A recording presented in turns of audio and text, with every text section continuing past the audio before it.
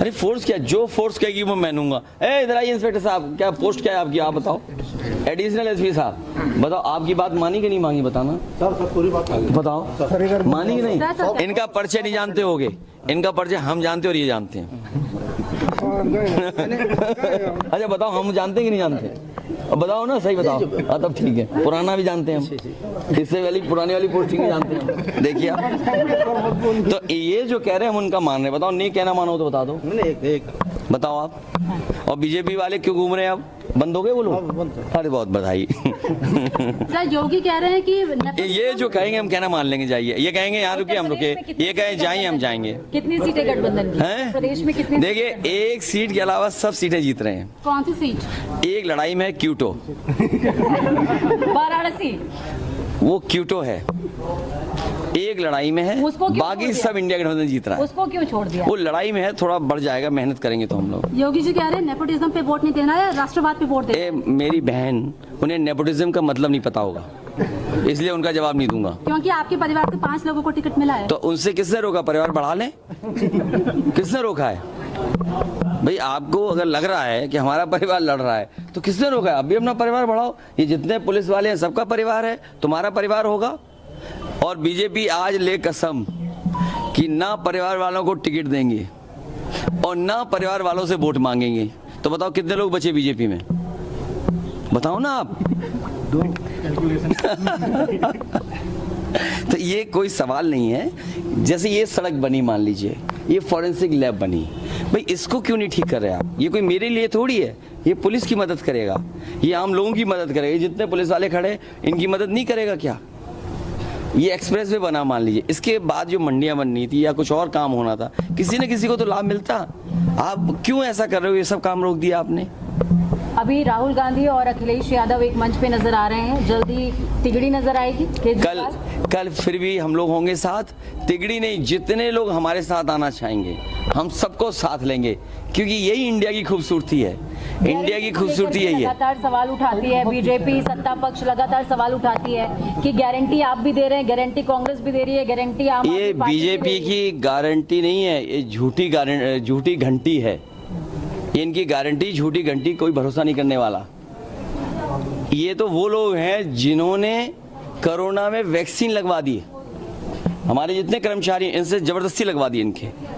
और अब ये कह रही है कंपनी कि हम वैक्सीन वापस ले लेंगे।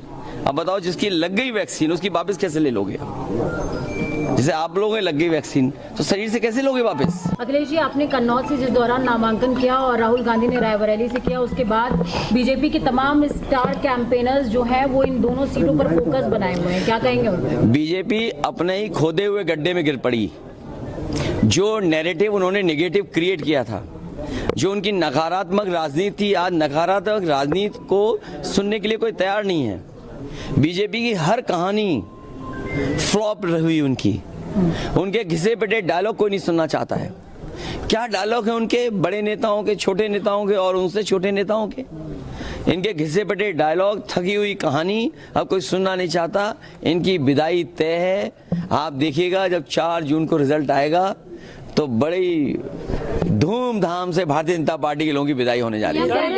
आरोप लगाया गया है, आप लोगों पर आरोप लगाया और पुलिस का भी आरोप लगाया भारतीय जनता पार्टी के लोगों ट्वीट करके कि पुलिस सहयोग कर रही है समाजवादी पार्टी के लोग। देखिए पुलिस अपना निष्पक्ष काम कर रही है, पुलिस अपना काम कर रही। पुलिस ने कहा कि आप बूथ मत जाइए, मैं बूथ नहीं जा रहा।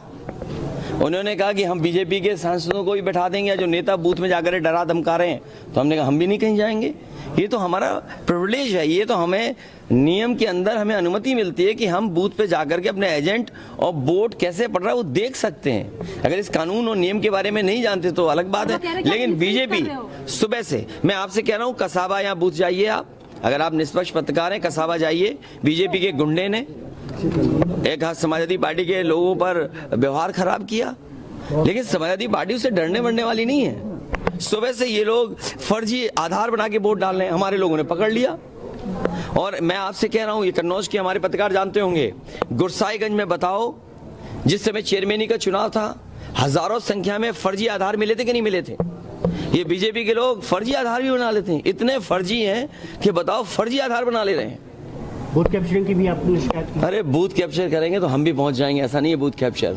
जल्दी बूथ कैप्चर करेगा तो जनता उनको, इसीलिए कहा खोट से नहीं जीत सकते, ये वोट से हारने जा रहे हैं। केजरीवाल जी के बाहर आने के बाद गठबंधन कितना सशक्त है? ये इंडिया गठबंधन की जीत है पीएम और इंडिया गठबंधन और मजबूत दिखाई देगा। पीएम कह रहे हैं इंडियन गठबंधन इंडिया अलायंस पे वोट देना मतलब बर्बाद करना अपने वोट्स को। मैं तो कह रहा हूँ कि ज्यादा दिन रुकना उनका, इस देश को बर्बाद करना होगा। चेहरा कौन होगा प्रधानमंत्री का? आपने इतने चेहरे हैं, जो पसंद आएगा वो चेहरा होगा। आप रहेंगे चेहरे? सीएमपी कोई भी हो को सकता है। लेकर के बहुत ज्यादा कंफ्यूजन है जनता के बीच में। किस बात का कॉमन कंफ्यूजन? मिनिमम प्रोग्राम को लेकर उसमें क्या बोलना, किसानों का कर्ज माफ होगा, किसानों का कर्ज माफ होगा, हर फसल की एमएसपी के लिए कानूनी अधिकार मिलेगा, हमारे कर्मचारियों को ओल्ड पेंशन मिलेगी, अग्निवीर वाली व्यवस्था खत्म होगी। और अग्निवीर से तो डरे हुए हैं हमारी ये खाकी वर्दी वाले भी, कहीं हमारी इस बीजेपी वालों को दिमाग घूम गया उनका, तो इनकी 3 साल की नौकरी कर दी, तब क्या करोगे आप? तो ये भी उनके खिलाफ वोट डालने जा रहे हैं। ये लोग विश्वास नहीं करेंगे। आप बताइए, क्या पता था आपको कि हवाई जहाज बिक जाएंगे? क्या आपको पता था एयरपोर्ट बिक जाएंगे, बंदरगाह बिक जाएंगे, टेलीफोन की कंपनियां बिक जाएंगी, ये आपकी नौकरी में आउटसोर्स हो जाएंगे? आईएएस लेटरल एंट्री से आए, और मैं आपको कहना चाहता हूं जितने आईएएस बनाए गए थे विदेश से लाकर के लेटरल एंट्री से, सब विदेश भाग गए।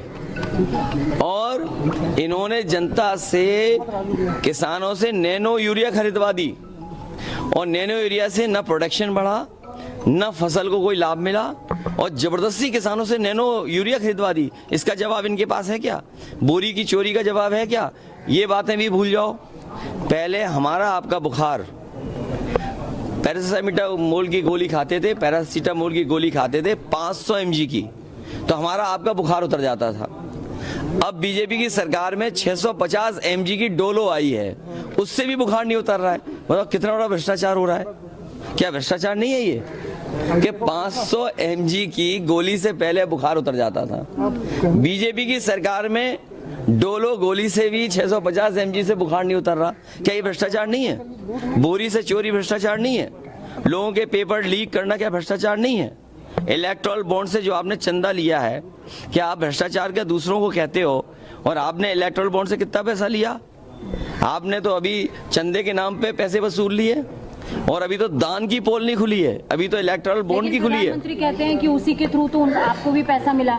अरे हमें तुम बता दो ना, बीजेपी वाले बताएं ना, बीजेपी वाले बताएं कि समाजवादियों को क्या पैसा मिला है। अरे हम तो खुलेआम कह रहे हैं ना बीजेपी वालों से। सुब्रत पाठक जी से भी मेरी बात हुई थी। सुब्रत पाठक जी कह रहे हैं कि कन्नौज में समाजवादी पार्टी के पास कोई चेहरा नहीं था, इसलिए अखिलेश यादव जी को खुद उतरना पड़ा। उन्हें क्या तकलीफ है हमारे चेहरे से? उन्हें क्या तकलीफ है? कम से कम उनका जो मुंह भरा रहता था वो मैंने ठीक कर दिया। पिछली बार 13,000 वोट से जीते थे, जो भरे रहते थे मुंह। आप क्या मार्जिन होगा अखिलेश यादव का? जनता जितने वोटों से जिता दे।